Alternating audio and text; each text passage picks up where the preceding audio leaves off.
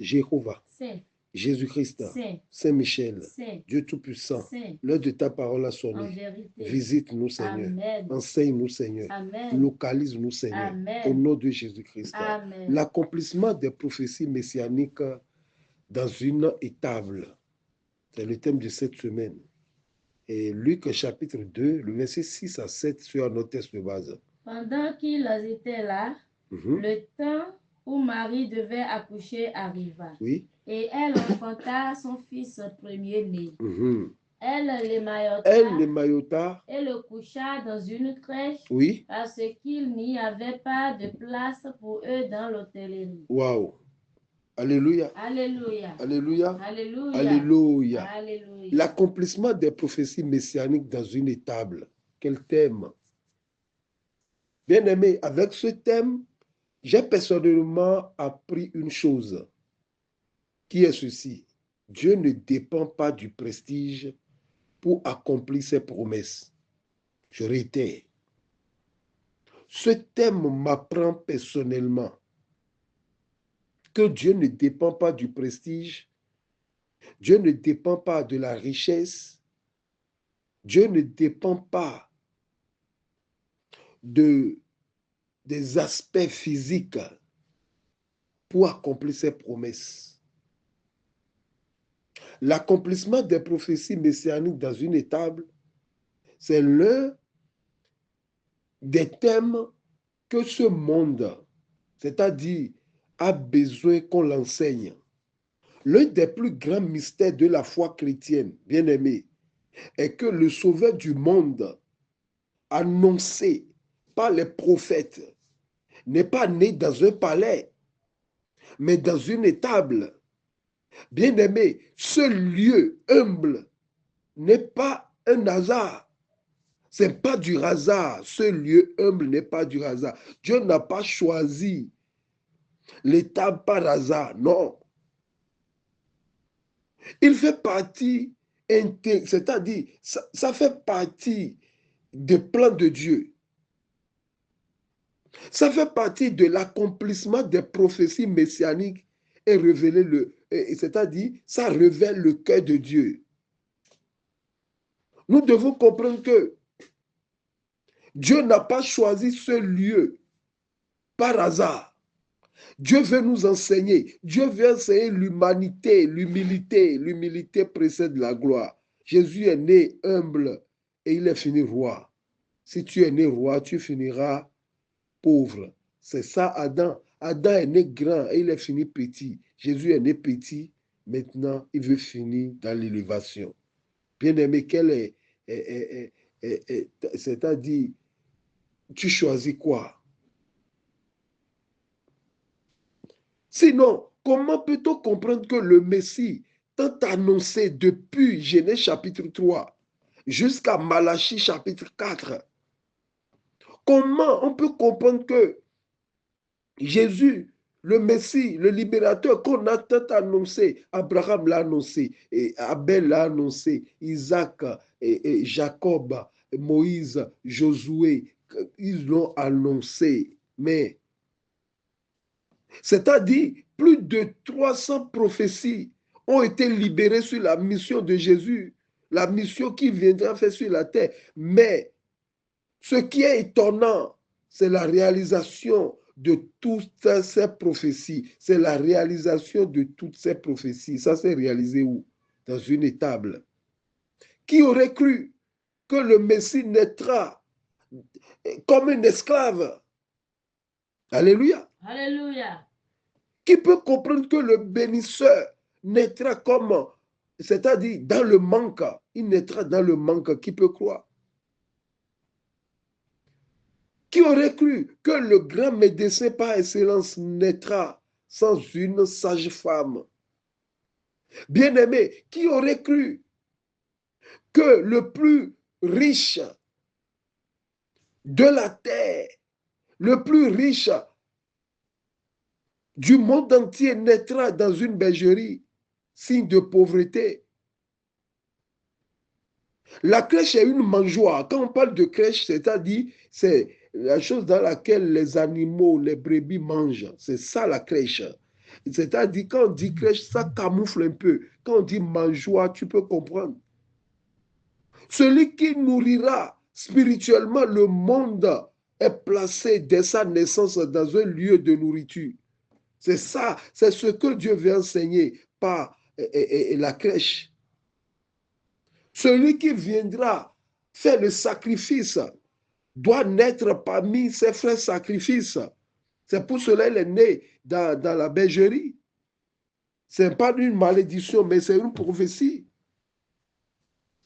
Parce que pour faire des sacrifices, les brebis qu'on paie pour faire des sacrifices, on les paie à Bethléem. Donc, il doit naître à Bethléem, mais où? Dans la bergerie. Bien-aimé, tu n'es pas maudit. Ton histoire est sur le point de commencer. Si quelqu'un peut naître dans cette situation, et aujourd'hui, c'est son nom qu'on crie, c'est son nom qui est au-dessus de tous les noms,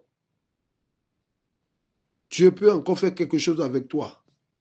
Bien-aimé, j'ai vite compris que la réalisation de toute bonne prophétie commence par le contraire. Alléluia. Alléluia. Quand on te donne une prophétie que le bonheur viendra, il faut t'attendre au contraire d'abord parce que ça commence par le contraire. Le roi des rois, à sa naissance, n'a pas trouvé une chambre dans laquelle on doit la coucher. Après une révélation sur l'enfant Jésus, le libérateur, Ésaïe même était étonné de la réalisation du plan de Dieu. Il était dans l'obligation de faire cette déclaration. Ésaïe 53, verset 1, 2, écoutez, bien-aimés. Qui a cru à ce qui nous était annoncé? Qui peut croire? Qui peut croire dans cette condition, Ésaïe? Qui peut croire? Regarde comment cet enfant a démarré sa vie. Regarde là où il a libéré son premier cri. Qui aurait cru? Ésaïe, qui aurait cru? Tu avais raison, oui? Qui a reconnu le bras de l'Éternel? Jésus-Christ est le bras de l'Éternel. Il s'est élevé devant lui comme une faible plante. Qui peut croire que le bras de l'Éternel viendra vivre dans cette condition?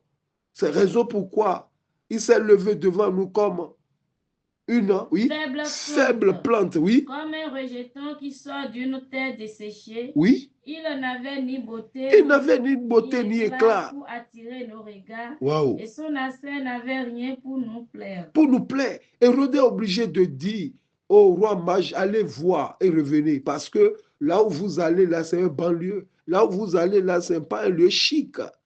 Donc allez-y. Je ne veux pas perdre mon temps pour aller fouiller Bethléem qui sent. Alléluia. Alléluia. Mais c'est là où le roi des rois choisit. Raison pourquoi il est différent des rois du monde. L'accomplissement des prophéties messianiques dans une étable qu'elle t'aime. Bien-aimé, chers frères et sœurs en Christ, cet enfant qui veut naître est la solution de Dieu. Depuis la création, il a été la solution, la faveur de Dieu. C'est lui qui a été la solution au problème de la terre. Genèse chapitre 1, le verset 2. C'est lui. La terre était infâme et vide. Oui. Il y avait des ténèbres à la surface de l'abîme. Oui. Et l'Esprit de Dieu se mouvait au-dessus des eaux. Laissez-moi corriger un peu la Bible. La terre était informe et vide. Ce n'est pas vrai. Laissez-moi vous dire que la terre n'était pas vide.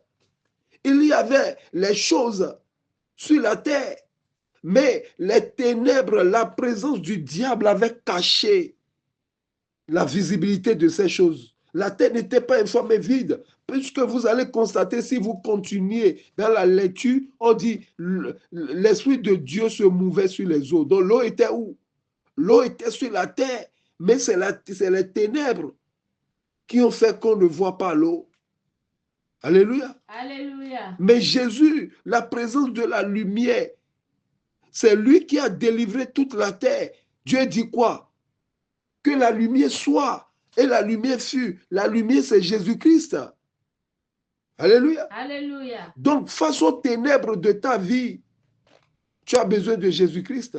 Face aux ténèbres, Jésus-Christ est la lumière.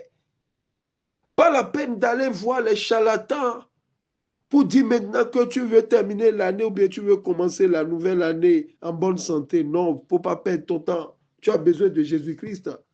Tu es dans les ténèbres, ce n'est pas grave. Appelle Jésus-Christ. Il est le spécialiste des ténèbres. Il saura comment faire que la lumière soit et la lumière fût. Alléluia. Alléluia. Cet enfant qui veut naître n'est pas n'importe qui. Il va falloir qu'on s'attache à lui pour voir la révélation qui est sur lui, pour voir la révélation. Comme Simon qui est devenu Pierre par la révélation. Bien-aimé, quand on s'attache à Dieu, on attend, faut attendre à des révélations. Dieu se révèle. Je vais vous parler de Jésus bien-aimé. Je vais vous parler de ce qu'il était dans l'Ancien Testament et son accomplissement dans le Nouveau Testament. Et aussi, je vais vous parler de ces types, c'est-à-dire des typologies, c'est-à-dire des personnages qui préfiguraient Jésus-Christ dans l'Ancien Testament, les types de Jésus. Donc, je vais parler de deux choses. Je vais parler premièrement de l'accomplissement, c'est-à-dire ce qu'il est dans l'Ancien Testament et son accomplissement dans le Nouveau Testament. Parce que le thème dit l'accomplissement des prophéties messianiques dans une étable. L'étable est venue dans le Nouveau Testament. Alléluia. Alléluia. Et aussi, je vais parler des personnages qui préfiguraient Jésus-Christ, c'est-à-dire les types de Jésus, mais qui avaient des imperfections. Commençons d'abord par l'accomplissement de l'Ancien Testament au Nouveau Testament. Bien-aimés, dans l'Ancien Testament, Jésus a été l'agneau pascal, sacrifié pour sauver les premiers-nés en Égypte. Alléluia. Alléluia. Son sang protège de la mort. Si vous lisez Exode chapitre 12, vous verrez son sang, si le sang de l'agneau a pu protéger les enfants d'Israël de la mort, à plus forte raison, le sang de l'agneau de Dieu. Dans le Nouveau Testament, il est l'agneau de Dieu qui enlève le péché du monde. Jean chapitre 1, le verset 29. Le lendemain, il vit Jésus venant à lui et il dit, Voici l'agneau de Dieu qui ôte le péché du monde. C'est lui l'agneau de Dieu. L'autre agneau qu'ils ont choisi en Égypte n'était pas l'agneau de Dieu. C'était l'agneau de quelqu'un, peut-être de Moïse, de temps. C'est ça, ils ont utilisé. Chaque famille prendra un agneau qu'ils ont élevé, qu'ils ont vu naître. C'est un mystère. Tu veux que Jésus-Christ te délivre, tu dois le voir naître d'abord. C'est dans cette période que nous sommes. Alléluia. Alléluia. L'agneau de Dieu naît où? Dans une étable. Bien-aimé, les étables de Bethléem accueillaient souvent les agneaux destinés au sacrifice du peuple. On ne prend pas n'importe quel agneau pour aller se sacrifier, non. Mais quand on sélectionne les agneaux, on les dépose d'abord à Bethléem. C'est là on vient chercher les agneaux qui sont dignes du sacrifice. Alléluia. Alléluia. De même, dans l'Ancien Testament, Jésus a été le serpent d'airain élevé par Moïse pour guérir le peuple de la mort subite. Nombre 21, le verset 8 à 9. L'Éternel dit à Moïse, oui, fais-toi un serpent brûlant, oui, et place-le sur une perche. Quiconque aura été mordu et le regarda conservera la vie. Alléluia. Alléluia. Maintenant, regardons la réalisation, l'accomplissement dans le Nouveau Testament. Dans le Nouveau Testament, Jésus est le Christ élevé sur la croix pour sauver. Continue un peu là-bas. Moïse fit un serpent d'airain et le plaça sur une perche. Et quiconque avait été mordu par un serpent et regardait le serpent d'airain conservait la vie. Serpent d'airain, c'est-à-dire serpent mort, dont Jésus-Christ viendra mourir sur la croix pour nous sauver. Dans l'Ancien Testament, Jésus est le Christ élevé sur la croix pour nous sauver. Raison pourquoi, dans Jean chapitre 3, le verset 14, là-bas, il est écrit, et comme Moïse éleva le serpent dans le désert, il faut de même que le Fils de l'homme soit élevé. C'est Jésus-Christ qui a libéré cette parole. De même, dans l'Ancien Testament, Jésus a été la manne, le pain venu du ciel pour nourrir Israël. Dans les autres 16 là-bas, vous verrez. Mais regardons l'accomplissement. Dans le Nouveau Testament, il est le pain de vie. Jean 6, verset 35. Jésus l'a dit, je suis le pain de vie. Celui qui vient à moi n'aura jamais faim et celui qui croit en moi n'aura jamais soif. C'est ça. Donc, il donne le pain et l'eau, la parole et le Saint-Esprit. De même, dans l'Ancien Testament, Jésus a été le rocher frappé pour donner de l'eau vive au peuple. Dans Exode chapitre 17, le verset 6, il s'agit de Jésus. Moïse ne pouvait pas donner de l'eau. C'est Jésus-Christ qui est le rocher qui doit donner de l'eau. Exode 17, verset 6. Voici, je me tiendrai devant toi sur le rocher d'Horeb. Tu frapperas le rocher et il en sortira de l'eau et le peuple boira. Et Moïse fit ainsi. Merci. Maintenant, regardons l'accomplissement. Dans le Nouveau Testament, il est le Christ frappé, source de vie. Dans 1 Corinthiens chapitre 10, le verset 4, la parole déclare que ce rocher, cette pierre était Jésus-Christ. Bien-aimé, tu dois croire en cela. Il travaille depuis l'Ancien Testament, mais officieusement. Maintenant, c'est officiellement 1 Corinthiens chapitre 10, le verset 4. Et qu'ils ont tous bu le même breuvage spirituel, Oui. car ils buvaient à un rocher spirituel Wow. qui les suivait, et ce rocher était Christ. Merci, ce rocher était Christ. Alléluia. Alléluia. Maintenant, parlons des personnages qui préfiguraient Jésus, c'est-à-dire les figures typologiques de Christ. Commençons d'abord par Adam. Adam est un type de Jésus. Adam est le premier homme. Jésus est le nouvel Adam. Alléluia. Alléluia. Là où Adam, c'est-à-dire là où Adam a désobéi, le Christ a obéi jusqu'à la mort. Bien-aimé, un chrétien, c'est-à-dire, nous devons suivre maintenant, nous devons choisir si tu veux suivre Adam ou suivre Jésus. Nous avons deux hommes. Le premier homme est Adam. Il est né grand, il est fini petit. Le premier homme a désobéi. Tous ceux qui désobéissent, ceux-là suivent maintenant Adam. Mais ceux qui obéissent, ceux-là suivent maintenant Jésus-Christ. Bien-aimé à notre Seigneur Jésus-Christ, c'est la naissance du second Adam que nous attendons maintenant. Le premier Adam n'a rien apporté que la mort. Il nous a vendus moins cher. Gratuitement, ils ont vendu mon peuple. C'est Adam. 1 Corinthiens 15, 45 à 46. C'est pourquoi il est écrit. Oui. Oui. Le premier homme, Adam, oui. devient une âme vivante. Le dernier Adam est devenu un esprit vivifiant. Oui. Mais ce qui est spirituel n'est pas le premier. C'est ce qui est naturel. Wow. Ce qui est spirituel vient ensuite. Ce qui est premier, c'est charnel. Ce qui est premier n'est pas spirituel. Soit tu es spirituel, soit tu es charnel. Si tu es charnel, tu es d'Adam. Raison pourquoi Jésus-Christ a parlé de la nouvelle naissance. La nouvelle naissance. Pourquoi la nouvelle naissance? La première naissance, tu appartiens à Adam. Mais la nouvelle naissance, maintenant, tu appartiens à Jésus-Christ.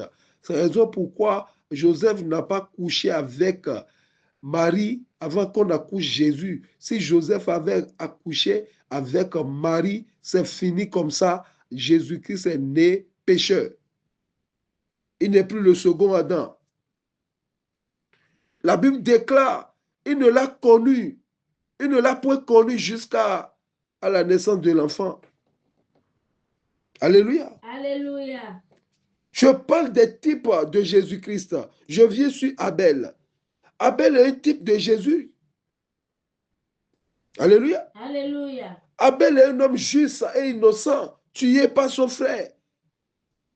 Figure de Christ, innocent, mis à mort. Le sang d'Abel crie vers Dieu, mais celui de Jésus-Christ parle. Le sang d'Abel crie vengeance, mais le sang de Jésus-Christ intercède.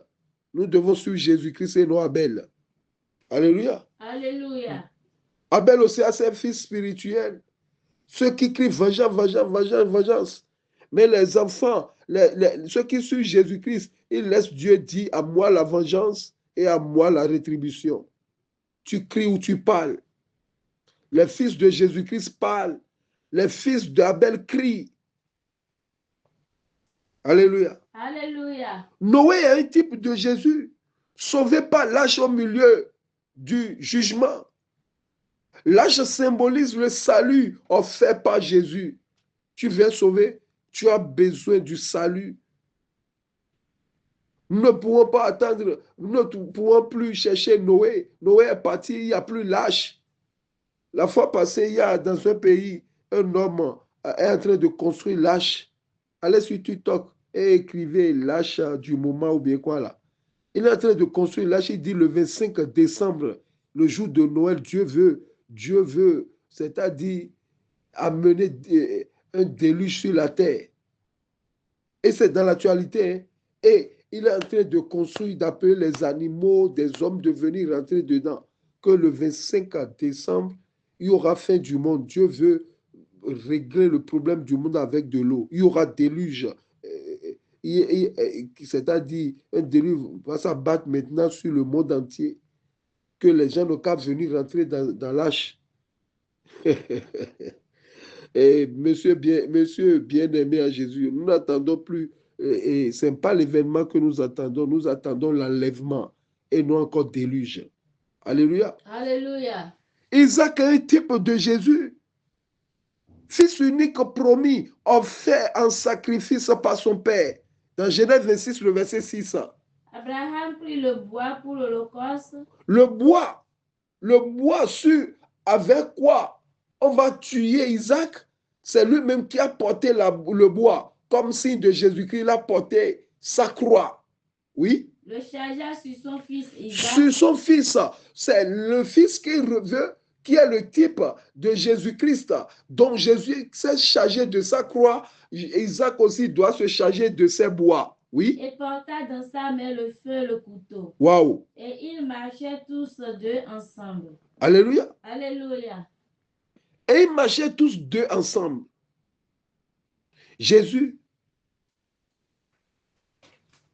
Christ de Nazareth, a des types dans l'Ancien Testament. Isaac a porté le bois de son propre sacrifice. Image de fils unique offert par le Père Jésus-Christ. C'est ça, il a porté sa croix. Venons maintenant sur Joseph. Joseph, le fils de Jacob, est un type de Jésus. Regardez son parcours. Trahi par ses frères, vendu. Il a sauvé ceux qui l'ont rejeté. Joseph est une forte préfiguration du Christ rejeté puis glorifié. Dans l'Ancien Testament, il n'y a aucun type de Jésus qui ressemble à Jésus comme Joseph. Waouh! Prenons le cas de Moïse. Moïse aussi est un type de Jésus. Moïse est le libérateur du peuple. Jésus est le libérateur du monde entier. Moïse a libéré le peuple d'Israël. Jésus veut libérer le monde entier du malheur qui veut venir bientôt. Moïse, médiateur de l'ancienne alliance du moins. Jésus est le médiateur du Nouveau Testament, de la nouvelle alliance. Jésus est le nouveau Moïse, donnant une loi parfaite qui est l'amour. Moïse a donné la loi, et la loi était, c'est-à-dire imparfaite. Mais Jésus a amené une loi qui est parfaite, qui est l'amour. Je peux parler de David pour terminer les types de Jésus. Il y en a plein. Samson, Ésaïe, Samuel, mais je veux parler de David pour terminer. David aussi est un type de Jésus, roi choisi par Dieu. Maintenant, Jésus-Christ est le roi des rois choisi par Dieu. Jésus est le fils de David et le roi éternel. Bien-aimé, le thème dit l'accomplissement des prophéties messianiques dans une étable. Maintenant, je veux commencer ma thèse. Alléluia. Alléluia. Bien-aimé, il y a la sagesse divine dans ce thème. L'accomplissement des prophéties messianiques dans une étable. Ma question est celle-ci. Pourquoi une étable? Problématique du thème. Pourquoi une étable? Bien-aimé, le Messie naît là où personne ne s'attend à voir Dieu agir. L'endroit là seulement doit nous rassurer. L'endroit où personne ne peut s'attendre Dieu agir, c'est là où Dieu agit. L'étable symbolise plusieurs vérités spirituelles majeures, bien-aimées. L'étable veut dire Dieu choisit l'humilité pour manifester sa gloire. 1 Corinthiens chapitre 1, le verset 27. Mais Dieu a choisi les choses folles du monde pour confondre les sages. Oui. Dieu a choisi les choses faibles du monde pour confondre les fortes. Dieu a choisi les choses folles du monde pour confondre les sages. La première fois que Dieu a pris, c'est-à-dire une étable pour faire des exemples, c'est avec Jacob. Jacob a trahi Laban, Laban aussi a trahi Jacob. Maintenant, comme Jacob est né d'Isaac, comme Jacob est un fils d'alliance, Dieu a maintenant choisi Jacob. Jacob et Laban sont rentrés dans un conflit. Ils sont rentrés dans un duel. C'est-à-dire, les brebis tachetées, maquettées, rayées seront pour Jacob. Mais les brebis unies seront pour Laban. Tu as supporté Jacob. Dieu a montré à Jacob comment faire. Jacob a choisi 3 branches. Jacob a épelé, c'est-à-dire a levé le pot de 3 bois. Il y a peuplier, et il y a l'amandier, et il y a platane. Les 3 bois là, Jacob a appelé ces 3 bois. Il a mis ces 3 bois maintenant dans la mangeoire, dans l'étable, dans la crèche, pour que les brebis viennent boire. Et à chaque fois que les brebis viennent boire dans dans l'auge là, qu'est-ce qui se passe? Quand ils voient les bois, platane, peuplier, amandier, ils tombent en chaleur et ils couchent avec les brebis. Les moutons couchent avec les brebis. Et c'est comme ça, en voyant le bois, les enfants qui naissent de ces brebis, les agneaux sont achetés, rayés, maquettés. Bien aimé, ce n'est pas pour rien. Ce n'est pas pour rien. L'étable n'est pas quelque chose à minimiser. L'étable représente l'Église. Si les brebis peuvent venir boire de l'eau là, ils ne seront jamais à la risée de l'ennemi. Ils ne seront jamais mangés par l'ennemi. Car quelqu'un a déjà utilisé cette étable et il est mort pour nous. Nous avons maintenant la victoire. Alléluia. Alléluia. C'est pour cela qu'on invite les fidèles à venir à l'église pour la parole et non pour la danse. Écoutez, le Sauveur est né dans une étable. Ça veut dire quoi? Ça veut dire que le Sauveur s'identifie aux plus pauvres. Il a choisi les plus pauvres, les choses faibles du monde, les choses folles du monde pour confondre les sages. Les sages sont dans la maison d'Hérode. Les sages sont les rois mages, les rois sages, mais ils se sont trompés. Ils sont venus voient l'enfant. Eux croyaient l'enfant dans un palais. Mais qu'est-ce qui s'est passé? Qu'est-ce qui s'est passé? Ils ont vu l'enfant émailloté maintenant dans une étable. Ils sont obligés de prosterner avec leurs habits sacerdotaux, leurs habits, leurs accoutrements chers. Ils se sont prosternés là où il y a les caca des brebis. Alléluia. Alléluia. Il a choisi les choses folles. Dieu te choisit aujourd'hui, bien-aimé, pour confondre les sages de ta famille. Je veux Amen. Amen. Dieu te choisit aujourd'hui pour confondre ton quartier. Amen. Alléluia. Alléluia. L'étable était un lieu pour les animaux, symbole de la pauvreté, du rejet. Qui peut coucher dans une étable? Personne, c'est du rejet. 2 Corinthiens chapitre 8, le verset 9 nous dit, car vous connaissez la grâce de notre Seigneur Jésus-Christ, oui, qui pour vous s'est fait pauvre, de riche qu'il était, afin que par sa pauvreté, vous soyez enrichis. Jésus-Christ a accepté, né dans une étable à cause de nous, de riche qu'il était. Il s'est fait pauvre pour nous, pour vous, pour nous. Comment lui il va naître dans la pauvreté et même mourir dedans. Et maintenant, nous, on va dire maintenant que être pauvre, on ira au ciel. Non, de riche qu'il était, s'est fait pauvre. Pour nous, c'est une grâce. Pourquoi une étable? C'est la question que nous devons nous poser dans cette semaine. Pourquoi une étable? Quelle honte! Quelle honte! Pourquoi une étable? Bien-aimé, Jésus vient d'abord pour les... C'est-à-dire, Jésus est venu dans ce monde pour les rejets, pour les exclus. Il est venu pour les rejeter. Jésus est venu dans ce monde d'abord, pas pour les riches, non. Jésus est venu dans ce monde pour les rejeter, pour les exclure, pour les cœurs brisés. Si tu fréquentes une école, tu es doublé 2 fois, 3 fois, on peut t'exclure. Mais Jésus ne t'exclura jamais. On peut te chasser dans une famille, mais Jésus va t'accepter à bras ouverts. Jésus est venu pour les rejeter, raison pourquoi il est né dans une étable. Si tout le monde te chasse, viens vers moi. Je comprends, je suis né pauvre. Alléluia. Alléluia.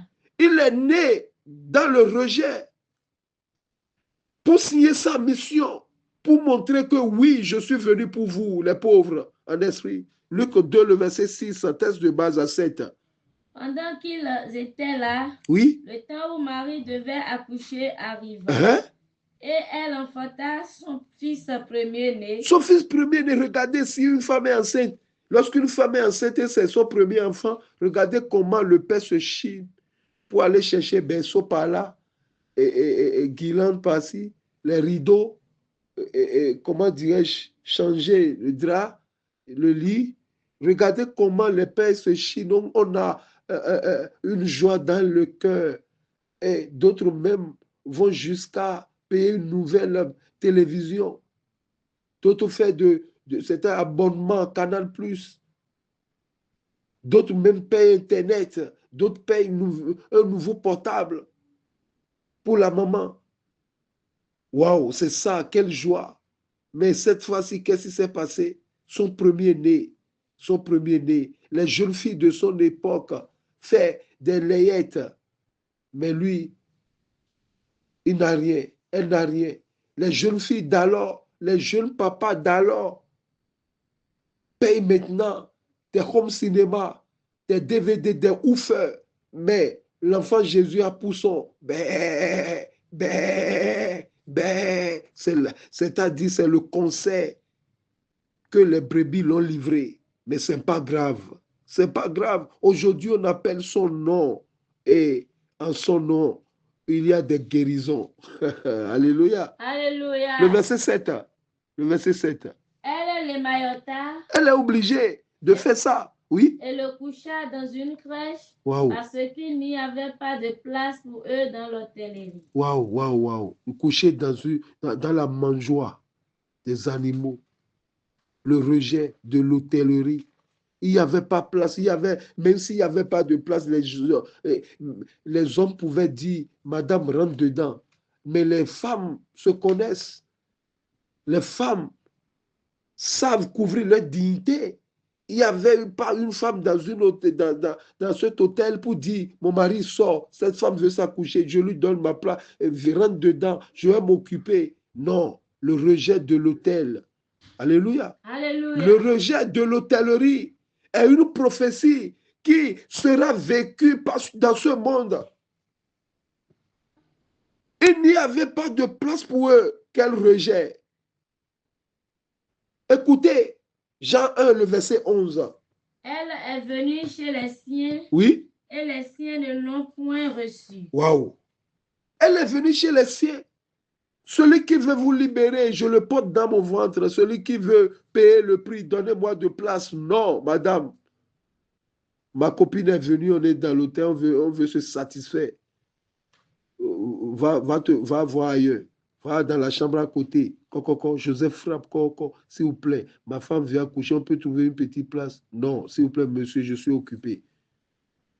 L'autre là, dans l'autre chambre à côté là-bas, c'est la vie. Il y a des boissons sur la table. On joue, on danse. Dans l'autre chambre à côté, c'est la femme d'autrui avec un homme d'autrui qui est là-bas. Et là-bas, ce sont deux braqueurs. Ils attendent la nuit pour aller braquer. Dans la chambre au fond là-bas, il y a des lesbiennes dedans. Dans l'autre chambre, il y a les gays dedans. Il n'y a pas de place. On ne peut plus rien pour vous. Joseph, attends un peu. Attends un peu.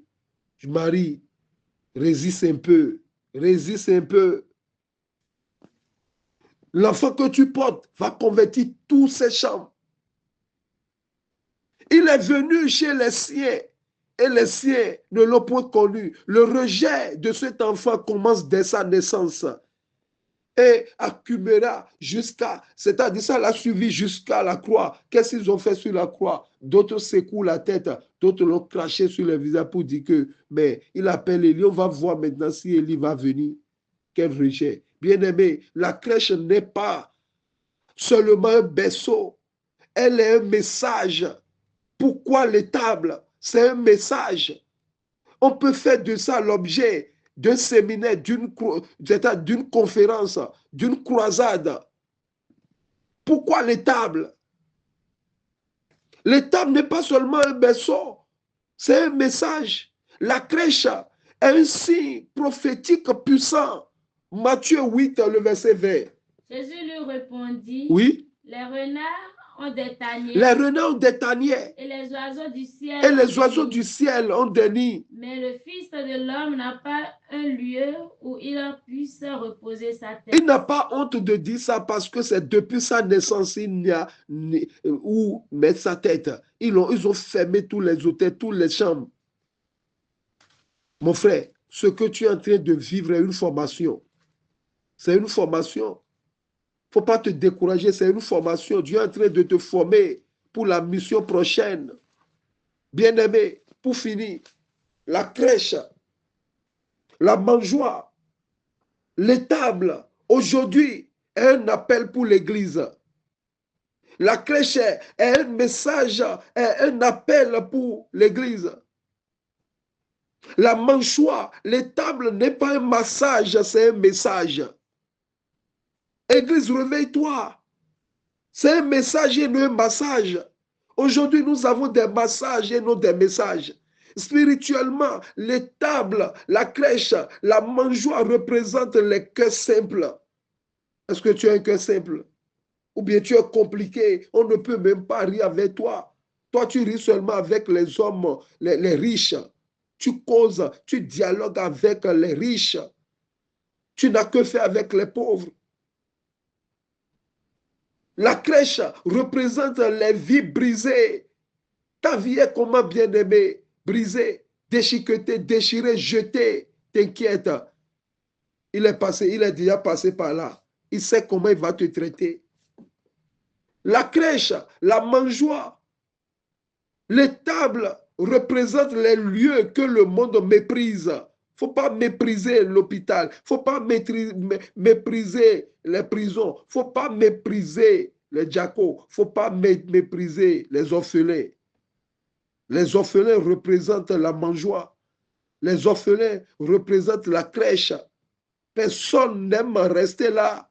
Mais toi, tu peux aller parce que notre Sauveur, notre Seigneur est né là. Bien-aimé, Dieu cherche encore aujourd'hui des étables. Dieu cherche encore aujourd'hui des crèches. Dieu cherche aujourd'hui encore des mangeoires.